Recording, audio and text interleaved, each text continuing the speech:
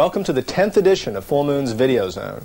I hope you've enjoyed Bad Channels. It's a real departure for us. We're usually giving you pictures like Puppet Master and Doll Man and Subspecies, and now we decided to do this comedy, this sci-fi fantasy rock video. So if you've enjoyed the film and if you like the music, we also have available on Moonstone Records the original score by Blue Oyster Cult, so you should try to check that one out. Also, we got Dr. Mordred coming up next. That's a picture that I directed and feel really, really strong about, starring Jeffrey Combs from Reanimator and From Beyond. In any case, we had a lot of fun making Bad Channels, and I think you'll find that reflected in this current edition of the Videozone. So check it out, and I'll see you next time.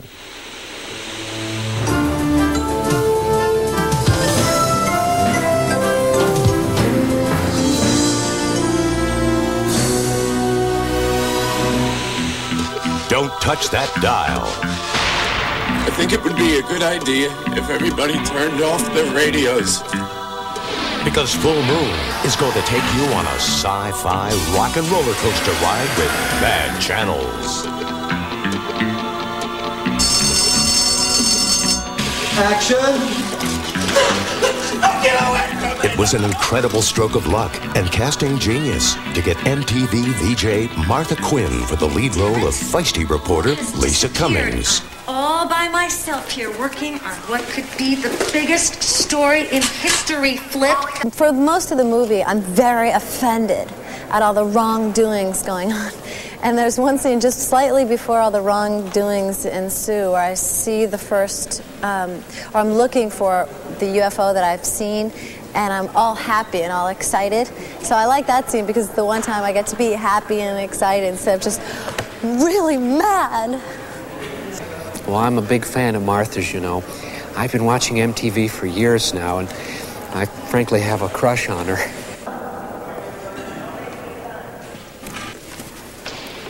We love Martha. She's a talented, a gifted actress. She's up there with Merle, Sheep, and all of them. Mostly what I've been reacting to in horror is either the director going like this, okay, this is the monster over here.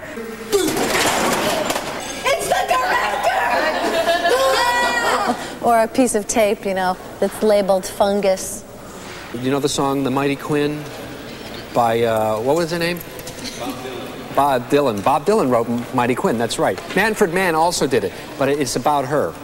She wasn't born yet, but he knew she was coming.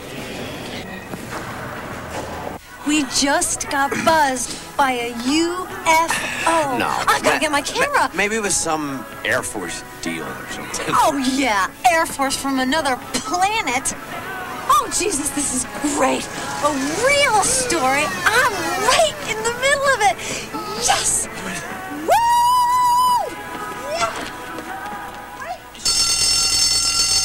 I think the most fun thing about Bad Channel is that it sort of combined three things that I love most: UFOs, rock and roll, and comedy. He's a very, very talented man. I idolize him. I worship him. I can't say enough about, what's his name? Ted. What's his last name? Nicolau. Whatever. He's a great guy. Mark. That great guy, Ted Nicolau, also directed Terrorvision and Full Moon's Subspecies. Okay. The wall. Lisa!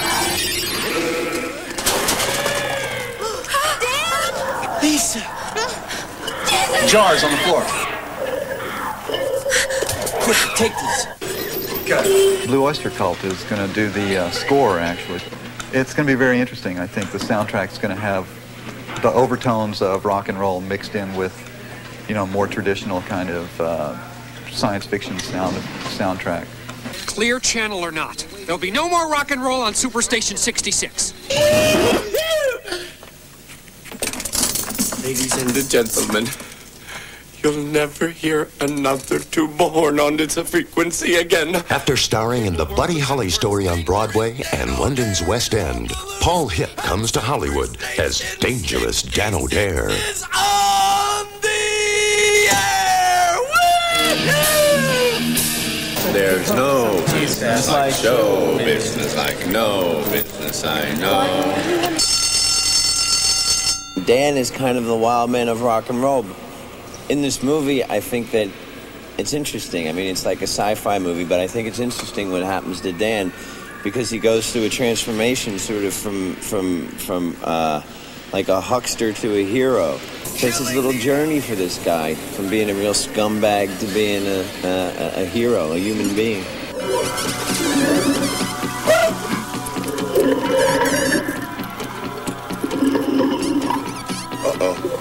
Who'd have thunk it, when I was a little boy growing up in Philadelphia, that one day I would grow up and be in Hollywood, killing aliens with Lysol. It's a dream come true.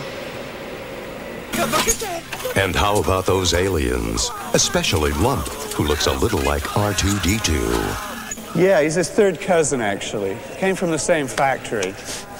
That's his running joke on the show, because he does bear a resemblance. But he doesn't like to admit to that relation of the family. We used a variety of materials. Essentially, he's built like a real robot. He's metal, aluminum, a lot of plastics. Yeah, we've got a brain in there that pulses. He meets a gruesome end at some point during the film.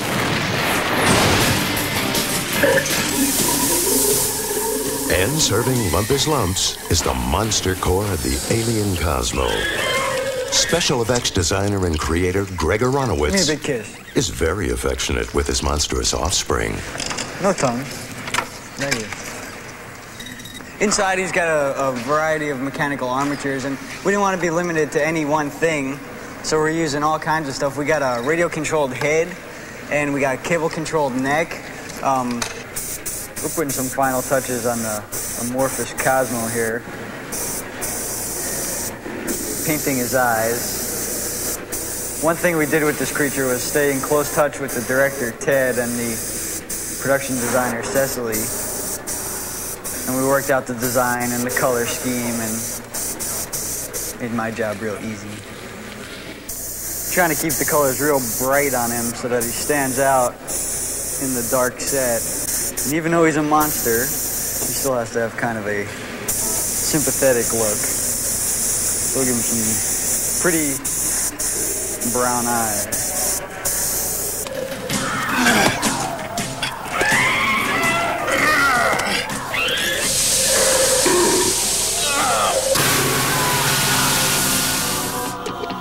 Inside some of Full Moon's most horrifying monsters and terrifying space aliens you will often find.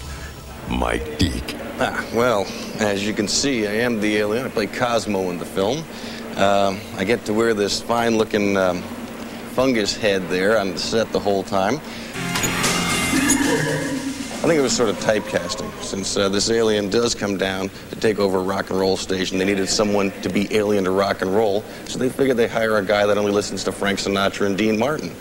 Perfect for the part, right? What you are seeing is not another monster from bad channels. You are experiencing the members of Psychotic Symphony. Filled with joy this time of season, I'm always happy for no reason. And the interesting thing about these guys is that they wear their masks off stage as well as on stage. So we had the strange experience of going up and shaking hands and kind of making the initial deal with them, speaking to these guys in these strange masks, one with big cheeks and barf kind of blowing out of his mouth. And it was a unique experience trying to be serious while talking to these guys.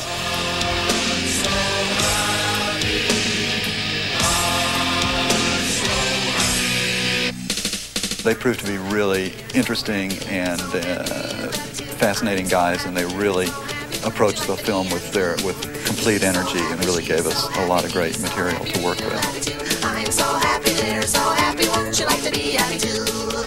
The symphony certainly had a strange effect on Nurse Ginger.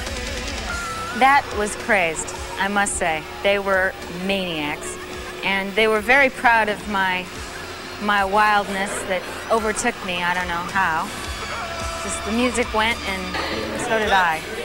That's what they wanted, wildness, and I did it. And I was so sore.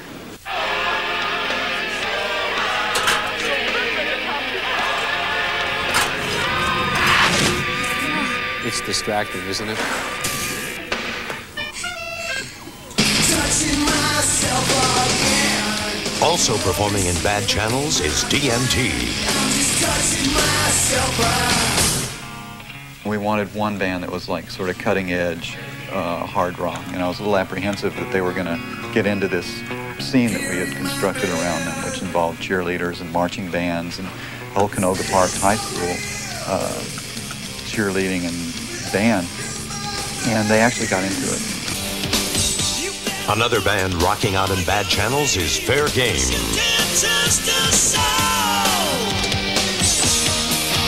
We were looking for an all-girl band too, and Dean found this band called Ron Keel and Fair Game. And Ron Keel is actually not a girl, he's a guy, but he's been around for a long time on the Los Angeles music scene and has assembled this band of female instrumentalists, and they are all really great.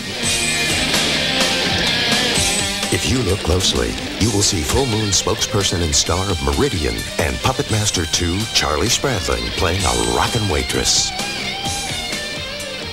I've never been a waitress, and I kept spilling the tray. It kept falling, and we kept having to retake everything because every time we started, this tray would spill because I didn't know how to balance a tray on my hands. So it was interesting. Being the Full Moon poster girl has made Charlie very popular with Full Moon fans. Oh, I get lots of fan mail from all you guys. I read them all of them. They all get to me. 10,000 calls an hour? Pull the plug in the station, Sheriff. Cut the power right now. What do you mean pull the plug? You can't do that, not with those demographics. What is the perfect equation for another Full Moon classic?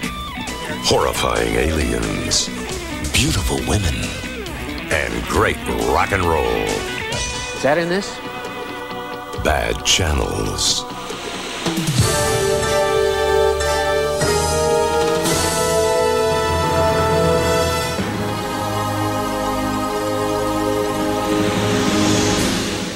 Well, quite a bit has happened to Jack Death. He's now a private detective in Los Angeles, and he's not doing very well. And he's married to Lena, but their marriage is on kind of shaky ground. And in the middle of all this personal turmoil and angst, he gets kidnapped up the line to the far future, where the transfer war has actually now taken place. And is being fought in the future by Raines and McNulty and Alice Stillwell. And they send Jack back down the line to the origin point of the trancers to kill the army officer who began the trancing experiments in the first place, even before the character of Whistler. My approach to this actually goes back to a long-standing friendship I have with Tim Thomerson. Tim was in another film that I wrote several years ago called Vietnam, Texas, and we became friends. And when we started to discuss trancers, we discovered that we had a great mutual interest in writers like Elmore Leonard and Raymond Chandler, and that our enthusiasms were very much along those lines, so that when Trancers 3 came up as an opportunity for me, I decided to take a much harder, hard-edged, gritty approach to the material. It's exciting for me to direct because this process allows me to take what I've done creatively through that final phase when you make a movie, as opposed to just writing a screenplay, turning it in, and having other people execute it. Now suddenly I am the one who is responsible for the way it's shot and the performances the actors are given, and it's a lot of responsibility, but it's wonderful because it is just a natural extension of something I feel I've been doing all along. I like science fiction and horror movies because there aren't any limits. You're not constricted as to what you can and can't do. You can let your imagination run all over the place if you want to. In a movie like Trancers 3, I can take an action movie approach and then push the boundaries because it's a science fiction movie. And that to me is a lot of fun, and making movies should be fun.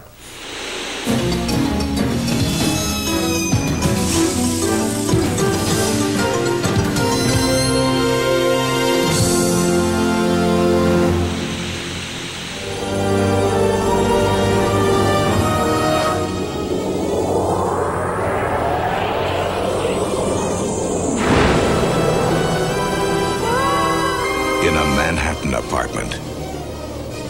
He has guarded the gateway between our world and the dark dimensions. Since the beginning of time, he has defended the human race against the demons that would unleash hell on Earth.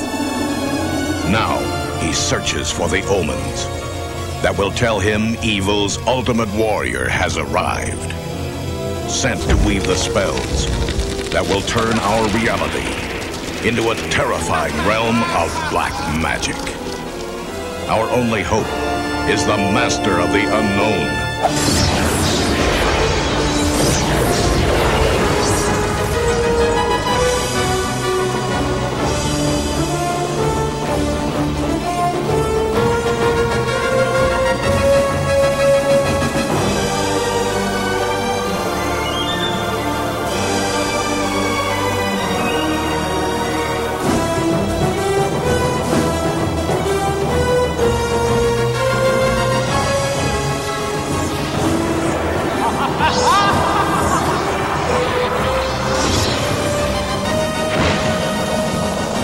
Mordred.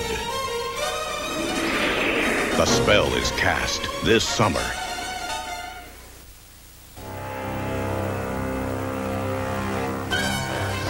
In Comet Valley, the seeds that aliens have planted have grown inside of human souls.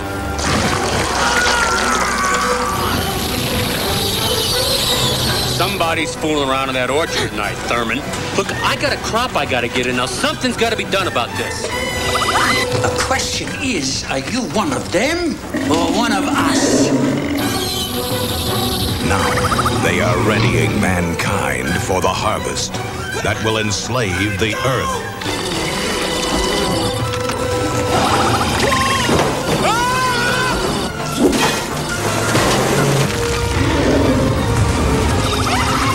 This is the creature I saw in the room with her, Heidi. We can't be sure about anyone anymore. I'll chop you to pieces. I have unleashed a terrible thing on the world.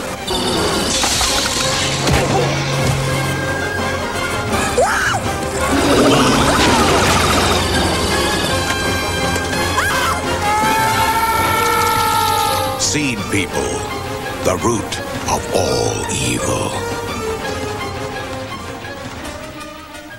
In an abandoned warehouse, evil has been waiting, watching, wanting for someone to play with its toys. We're gonna have a lot of fun here tonight, friend. Someone's inside the toys. What do you want? Demonic toys. Now on video cassette from Full Moon Entertainment. Beyond desire. Beyond evil. Beyond imagination. Lies the doorway between heaven and hell.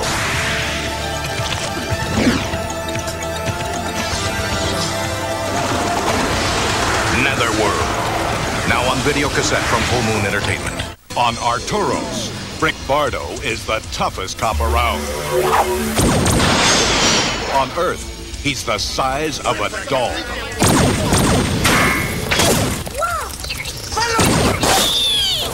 Homies together, we're going to war. Hey, you in the wrong neighborhood? Doll Man, 13 inches, with an attitude. Now on video cassette from Full Moon Entertainment.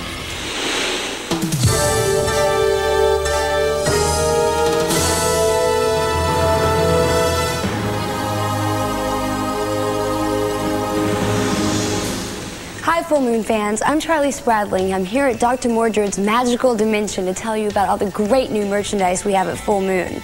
The CDs for Netherworld and Subspecies have just hit the record stores. Netherworld has 4 original songs by rock legend Edgar Winter, and its instrumental scores by Bon Jovi's keyboardist David Bryan. Then you can go from honky-tonk blues to vampire chills with Subspecies, which has the world-famous Amon Folk Ensemble performing music to raise the undead. And don't forget to pick up Moonstone soundtracks for Puppet Master, The Pit and the Pendulum, and Meridian. You can count the days until our next full moon release with our 1992 calendar. Every month gives you a full-color poster and enough facts about horror and science fiction movies to entertain you for the year to come. Just kidding. Be sure to keep up your collection of full moon trading cards. We've just gotten sets from Demonic Toys and Netherworld. They have glossy art on the front and everything you've wanted to know about our monsters on the back, from their heights to their eating habits. Rawr. Just because a full moon movie's over doesn't mean the excitement stopped. Eternity Comics has turned our pictures into explosive graphic adaptations of Dollman and Demonic Toys, letting you follow the further adventures of Brick Bardo and the band of killer toys. Don't forget to order your favorite full moon t-shirt with our official logo on the front and your favorite artwork on the back. But the best way for you to get your official full moon t-shirt is by joining our fan club. For only $20, you'll get the Full Moon t-shirt, our Moon Flash newsletter, and the chance to get even more incredible collector's items. For more information about the fan club and the Full Moon merchandise, you can call our toll-free hotline at 1-800-999-9559 or write to Full Moon Entertainment, P.O. Box 526, 8721 Santa Monica Boulevard, West Hollywood, California, 90069.